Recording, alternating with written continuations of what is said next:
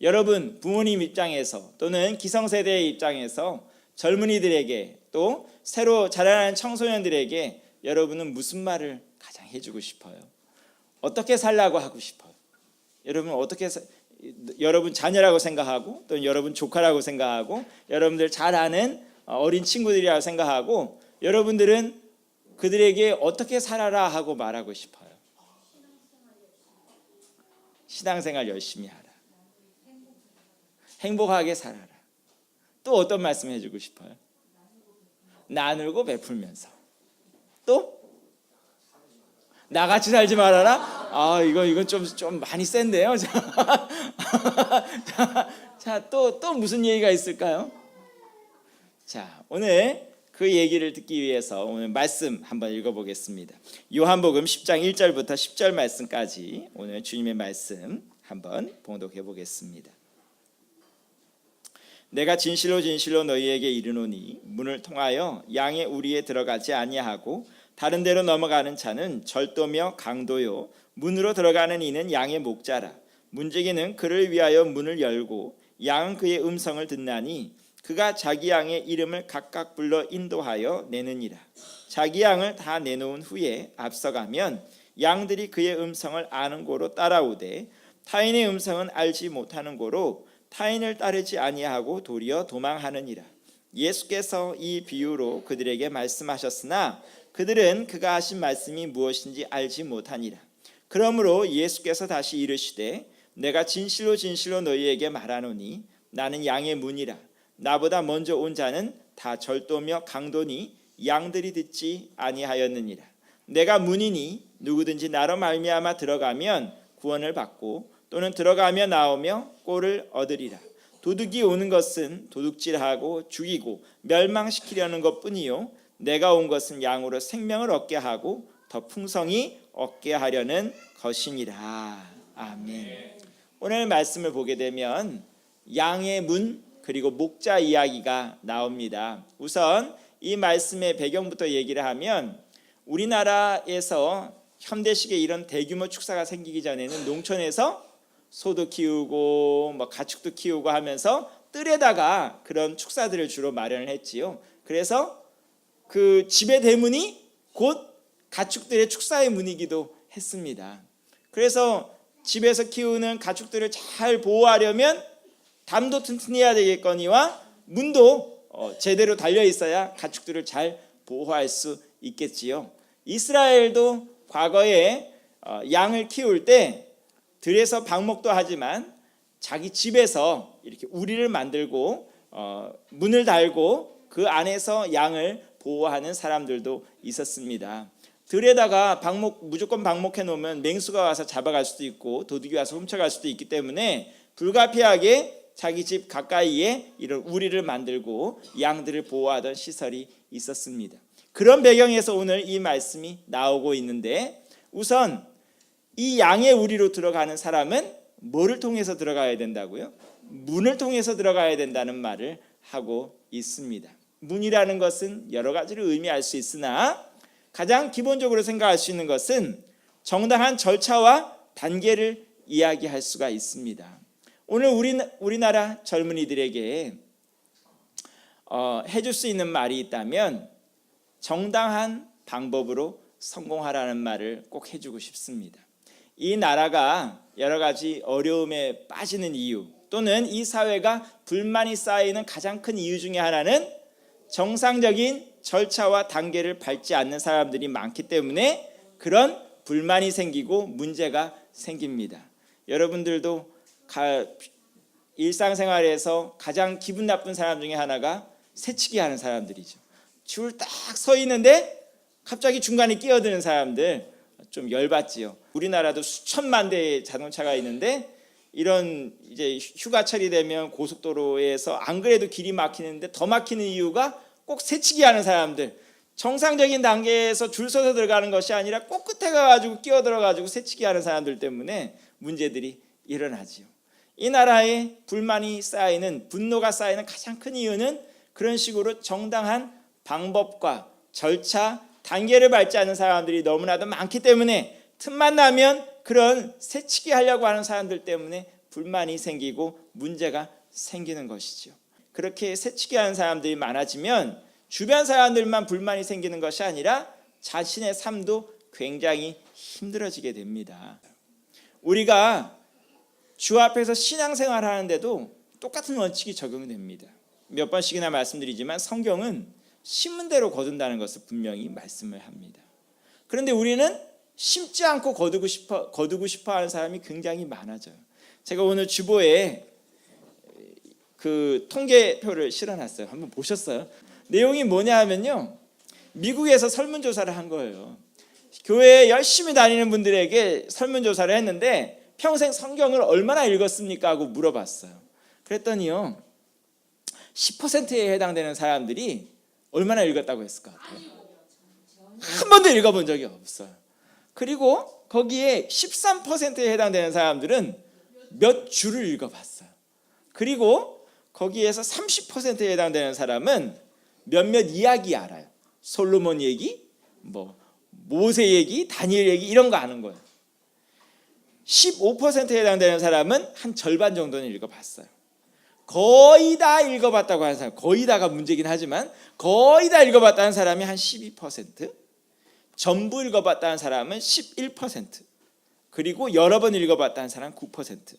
그러면 이 통계를 좀 더 간단하게 만들면 평생 교회를 다녀도 성경 한 번 읽어보지 않은 사람이 80%라는 소리예요. 어떤 결과가 생길 것 같아요? 성경을 안 읽으면 하나님의 뜻에 대해서 잘 알 수가 없겠죠. 하나님이 원하시는 것이 무엇인지에 대해서 잘 알 수가 없겠죠. 근데 그러면서도 욕심은 많아요. 어떤 욕심이 있을까요? 옆에 사람이 방언하면 방언하고 싶고, 예언의 은사 받으면 예언하고 싶고, 그리고 갖가지 잘 되는 일들 생기면 성공하는 사람, 대박 나는 사람이 있으면 그거대로 하고 싶고, 하나님에 대해서 알 생각은 별로, 노력은 별로 안 하지만 대박은 나고 싶어요. 그러다 보니까 어떤 사람들한테 속아 넘어가요? 사기꾼들한테 속아 넘어가요. 그래서 때로는 각종 은사 집회를 빙자한 사기꾼들한테 속아 넘어가기도 하고, 최근에 강남교회에선 일요한 신문지에도 크게 특종으로 났던 기사예요. 200억 사기가 생기기도 하죠. 배운 사람이나 안 배운 사람이나 욕심은 많은 거예요. 그렇지만 정당한 절차를 밟으려고 하지 않기 때문에 항상 사기꾼의 먹이가 될 수밖에 없는 것입니다. 무슨 일이든, 영적인 일이든 육적인 일이든 단계를 밟아야 되고 절차를 밟아야 되고 정당하게 해야 되는 일이 있는 것입니다. 우리 아이들에게 편법을 가르치지 말고 정당한 방법을 가르쳐야 됩니다. 오늘도 주의 자녀들을 주의 은혜 안에 키우고 싶습니까? 그럼 뭘 해야 될까요? 부모들이 뭐 해야 될 것 같아요? 예배하는 법부터 가르쳐야죠. 가정 예배가 그래서 중요한 거예요. 나중에 그 교회에 다니시는 분들 중에서도 우리 아이들은 왜 그렇게 말을 안 듣는지 모르겠어요 하면서 막 그 가슴 아파하는 분들이 있는데, 적지 않은 분들은 자녀를 학원은 보냈지만 주의 말씀으로 양육하지 않은 분들이 굉장히 많습니다. 주의 말씀을 가르쳐야 되겠죠. 무엇보다 기도하는 법도 가르쳐야 되겠죠. 주님 앞에 부르짖는 법도 가르쳐야 되겠죠. 그렇게 주의 훈계와 은혜 가운데 양육하지 않으면 그 자녀가 하나님의 은혜 가운데 소위 말 사랑받고 복을 받는 것 기대하기가 힘들겠지요. 그러면서도 왜 우리 아이는 교회에 그렇게 열심히 다니는데도 주기도문도 못하고 성경 말씀도 모르고 그런지 모르겠다고 투정하는 분들이 계시는데, 분명히 아실 것은 교회에서 아무리 열심히 가르쳐도 교회는 일주일에 1시간, 그렇지만 여러분들의 가정에서는 일주일에 수십 시간 같이 있잖아요. 가정교육이 사실은 처음부터 끝입니다. 그래서 성경에서도 보게 되면 주의 말씀을 가르칠 의무와 책임을 누구한테 지어놨을 것 같아요? 부모님에게 지어놨습니다. 제사장이나 선지자에게 지어놓은 것이 아니라 각 가정의 부모에게 자녀를 가르칠, 주의 말씀을 가르칠 의무와 책무를 떨어뜨려 놓은 것입니다. 오늘도 여러분의 자녀들이 복 받기를 원하십니까? 뭘 해야 될까요? 말씀 보는 법을 가르치십시오. 기도하는 법을 가르치십시오. 주 앞에 부르시는 법을 가르치십시오. 제가 가끔 간증하는 내용인데요, 제가 어렸을 때 기도하는 법을 어떻게 배웠게요? 저도 아주 어렴풋이 기억나는 게 뭐 사리분별도 못할 나이에 골방에 들어가서 저도 막 기도하던 것이 기억이 나요. 막 부르짖으면서 큰 소리로 기도하는 것이 기억이 나요. 어디서 배웠을까요? 저희 할머니, 할아버지, 어머니, 아버지 할 거 없이 기도하는 어른들한테 배웠지요.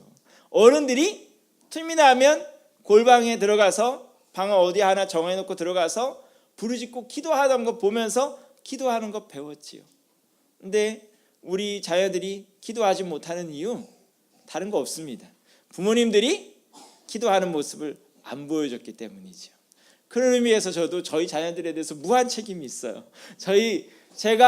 저는 우리 부모 세대들을 보고 기도하는 법을 배웠는데 저는 우리 자녀들에게 우리 부모 세대만큼 기도하는 법은 못 보여준 것 같아서 때로는 스스로 책망도 되고 가슴이 아플 때가 있어요. 여러분은 어떻게 하시나요? 오늘도 무엇보다 기도하는 법 가르쳐 주시는 여러분들이 될 수 있기를 간절히 축원합니다. 오늘 말씀을 보면 양의 문, 특별히 교회에 다니는 사람들에게 있어서 정당한 절차와 방법이라는 양의 문은 오직 예수님 한 분뿐이라고 하였습니다. 오늘도 우리 성도들이 자녀들에게 가르쳐야 될 것 무엇이 있을까? 가장 중요한 것은 네 삶 가운데 제일 중요한 건 뭐라고요? 예수님이야 하는 것을 가르쳐야 됩니다. 예수님이 있으면 네 삶이 대박나는 삶이지만 예수님이 없는 삶은 네가 아무리 높은 데 올라가고 아무리 많은 것을 긁어 모아도 아무런 소용이 없어 하는 것을 가르쳐 주어야만 한다는 것이죠. 오늘도 여러분 삶 가운데 여러분의 자녀들에게 가장 중요한 것이 무엇이라고 가르칩니까?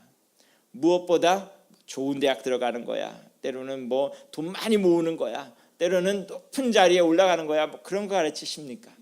오늘도 무엇보다 중요한 것은 예수님입니다. 그래서 우리 찬송가에도 이런 찬송이 있죠. 주 예수보다도 귀한 것은 없네. 입으로는 그렇게 부르는데 마음속으로는 주 예수보다 귀한 것은 있네 하고 할 때가 얼마나 많이 있습니까? 주 예수보다 귀한 것은 없습니다. 오늘도 이 고백이 우리들의 고백이 되기를 원합니다. 마지막으로 여러분들에게 드리고 싶은 말씀은 오늘 양의 문이 되시고 양의 목자 되신 우리 주님이 가장 중요하게 여기시는 것이 무엇입니까? 10절 말씀을 보면 뒷부분을 보면 이렇게 말씀하고 있습니다. 내가 온 것은 양으로 생명을 얻게 하고 더 풍성히 얻게 하려는 것이라. 아멘. 기독교인들은 살리는 사람들입니다. 살리는 사람. 나도 살지만 옆에 사람도 살리는 사람이 그리스도인입니다. 나는 살고 옆 사람은 죽이겠다. 이런 사람들이 많아지면 그 사회는, 그 교회는 삭막한 교회가 될 수밖에 없겠지요. 대선기간입니다. 수많은 사람들이 온갖 얘기를 다 하고 감정도 오르고 때로는 막 열내는 분들도 있고 많은 분들이 있는데 곰곰이 돌아보십시오. 누가 사람을 살리고 있나? 지금 특정 후보 얘기하는 것이 아니라 과연 저 사람이 저 말을 해서 살리자는 것인가 죽이자는 것인가? 오늘도 우리의 삶 가운데 승진을 하는 일이 있건 뭐 어디 뭐 놓고 경쟁을 하건 뭘 하건 간에 저 사람은 저렇게 살면서 자기만 살려고 하는 사람인가 남을 죽이려고 하는 사람인가를 잘 보십시오. 오늘도 좋은 교회는 다 같이 사는 교회가 좋은 교회입니다. 특정 사람은 사는데 특정 사람은 죽고 특정 사람은 안 보이고 특정 사람은 무시당하고 하는 교회는 좋은 교회가 아닙니다. 오늘도 그리스도인이라고 하면서 자기는 잘 나가는데 주변 사람들이 힘들도록 만든다. 그 사람도 좋은 그리스도인은 아닙니다. 오늘도 좋은 그리스도인은 주 앞에 복 받는 사람은 나도 살고 남도 살리는 사람입니다. 오늘 우리 자녀들에게 무엇을 가르치면 좋을까요? 너만 살지 말고 옆에 사람도 같이 살려라. 네가 행복한 만큼 옆에 사람도 같이 행복하게 만들어라 하는 것을 가르치는 부모가 좋은 부모입니다. 야, 넌 절대 손해보지 마. 한 대 맞으면 넌 10대 때려줘 하는 부모는 절대 좋은 부모가 아닙니다. 너는 맞았지만 너는 걔가 다치면 반창고 발라주고 약을 발라줘 하는 부모가 훨씬 더 좋은 부모입니다. 오늘 말씀 맺으면서 우리 자녀들 주 안에서 복받는 자녀들 되기를 원합니다. 정당한 절차와 방법을 아는 자녀들, 특별히 심은 대로 거둔다는 것을 꼭 기억하는 자녀들, 우리 반생관계에서 커나가기를 원합니다.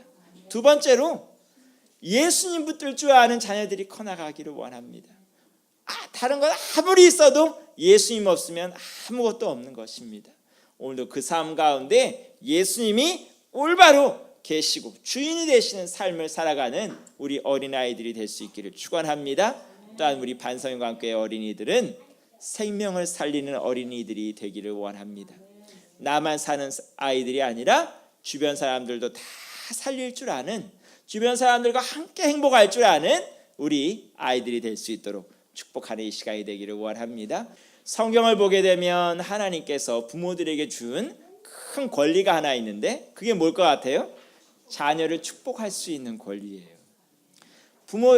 성경을 보게 되면 아까 주의 말씀을 가르치는 것도 부모님의 의무이지만 자녀를 축복하는 것도 부모의 권리이자 의무입니다. 이 시간 옆에 우리 자녀들 있으신 분들은 자녀들을 안고, 또 자녀가 이 시간 이 자리에 없는 분들은 우리 자녀들을 기억하면서 기도하는 시간을 갖는데, 지금 오늘 말씀 시간에 전한 바처럼 우리 아이들이 주 앞에 복받고 사랑받는 자녀 되게 해주세요 생각하면서 기도하는 시간 같습니다. 다 같이 기도하겠습니다.